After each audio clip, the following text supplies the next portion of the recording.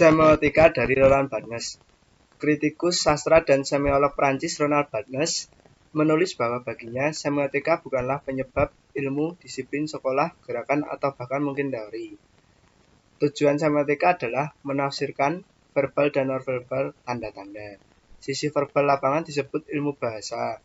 Namun Barthes lebih tertarik pada sisi non-verbal, tanda-tanda visual multifaset yang menunggu untuk dibaca. Barthes adalah seorang pemikir lincah yang berubah pikiran tentang cara tanda bekerja lebih dari sekali selama karirnya. Namun sebagian besar praktisi semiotika saat ini mengikuti konsep analitis dasar dari teori aslinya. Pendekatannya memberikan wawasan yang besar tentang penggunaan tanda-tanda, terutama yang disalurkan melalui media massa. Tanda adalah kombinasi penanda dan pertandanya.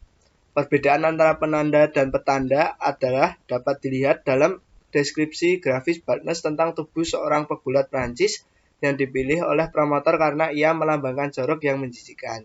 Contohnya yaitu, begitu musuh berada di atas ring, publik diliputi oleh kejelasan peran. Seperti di teater, setiap tipe fisik mengekspresikan secara berlebihan bagian yang telah diberikan kepada kontestan. Taufin, seorang pria berusia 50 tahun, dengan tubuh gemuk dan kendur, menampilkan dalam baginya karakter kehinaan. Oleh karena itu, fisik merupakan tanda dasar yang seperti benih berisi sebuah pertarungan.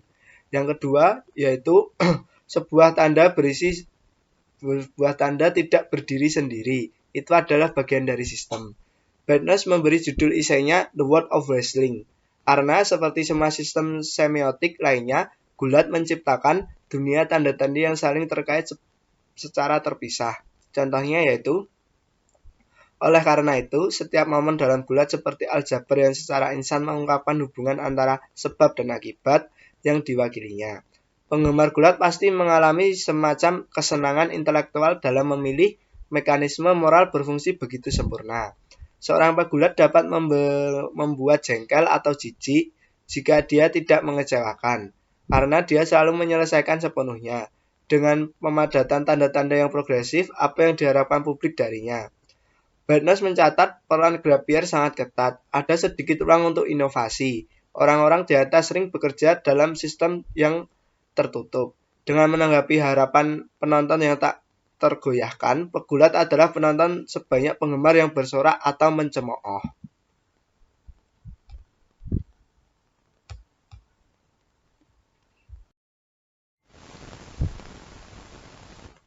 Yang selanjutnya yaitu transformasi pita kuning, yaitu dari pengampunan menuju kebanggaan. Menurut Barthes, tidak semua sistem semiologi bersifat mitis. Tidak setiap tanda membawa muatan ideologis. Bagaimana satu tanda dapat tetap netral secara emosional sementara tanda-tanda lain memperoleh infleksi atau konotasi yang kuat yang menyebut orang ke dalam pandangan dunia tertentu. Barthes berpendapat bahwa sistem mitis atau konolatif adalah sistem semiologi orde 2, membangun sistem tanda yang sudah ada sebelumnya.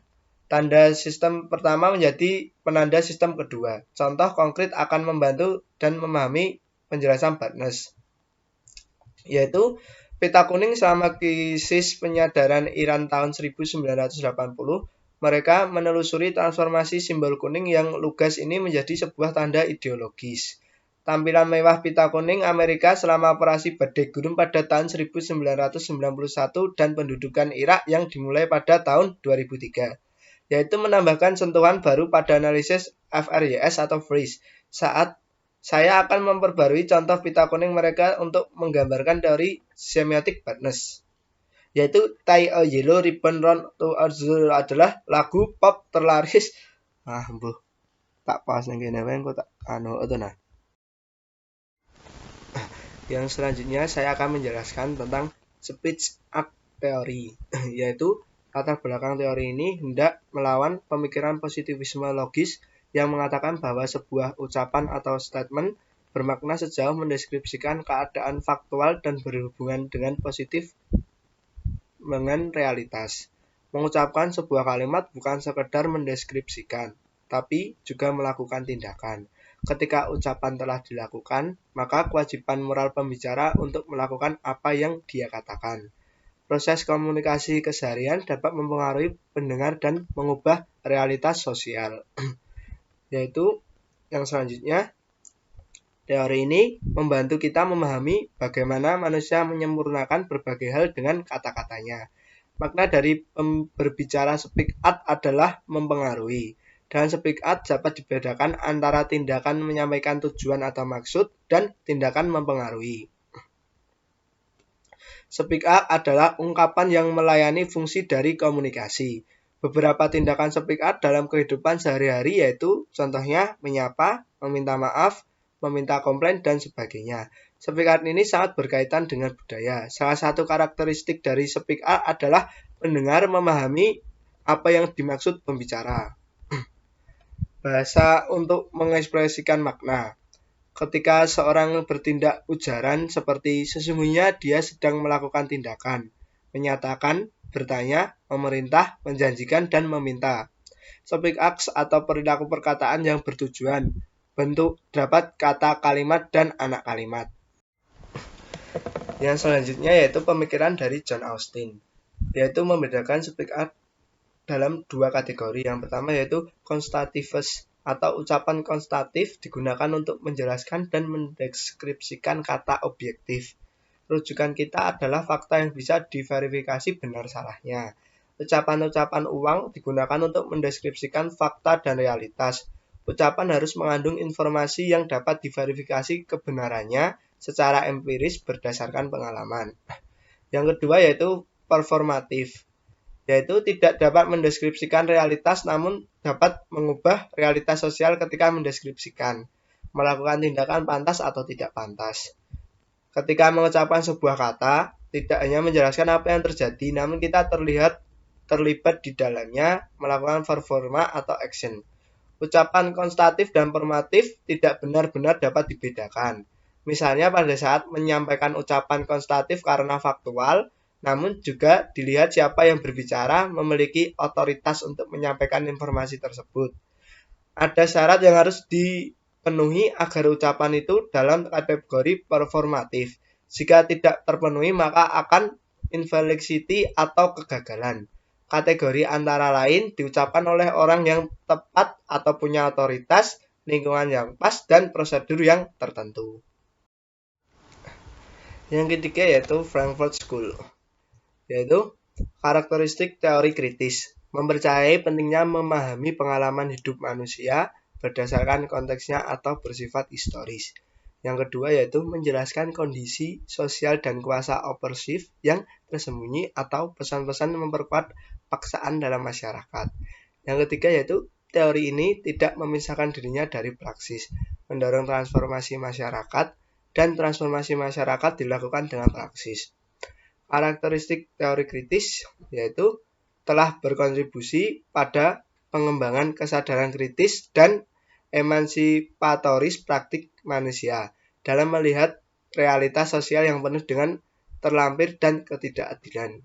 Teori kritis mempunyai cabang. Yang pertama yaitu Marxisme, yang kedua sekolah teori kritis Frankfurt, yang ketiga paksa modernisme, yang keempat studi budaya, yang kelima pasca strukturalisme, yang keenam pasca kolonialisme, yang terakhir yaitu feminisme. Armak ideologi yaitu sekumpulan ide-ide keliru yang diabadikan oleh kekuatan politik dominan. Ilmu yang digunakan untuk menguat kebenaran dan mengatasi kesadaran yang salah. Louis Althusser memperkenalkan ISA atau ideologi state apparatus seperti institusi pendidikan, media, dan agama, menjaga dan sekaligus alat internalisasi ideologi dominan. Sekolah Frankfurt. Teori kritis mazhab Frankfurt merujuk pada sekelompok pemikir berhaluan Marxis yang tergabung dalam kerja-kerja intelektual kritis di Institut Penelitian Sosial. Teori kritis tidak menelan mentah-mentah pemikiran Marx yang dinilainya sangat ditentukan ekonomis, sehingga mazhab Frankfurt dikenal dengan nama kaum baru Marxisme. Sejarah. Sekolah Frankfurt juga menghasilkan salah satu model pertama dari studi budaya kritis yang menganalisasi proses produksi budaya dan ekonomi politik. politik teks budaya, dan penerimaan penonton dan penggunaan artefak budaya pada kalender tahun 1989 dan 1995.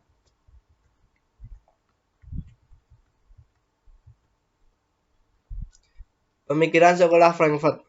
Tokoh-tokoh FS memproduksi ide tentang teori-teori kritis tentang budaya massa, komunikasi dalam reproduksi sosial dan dominasi. Model kritis kajian budaya atau cultural studies yaitu menganalisis proses produksi budaya, ekonomi politik, politik tentang teks budaya. Budaya masyarakat.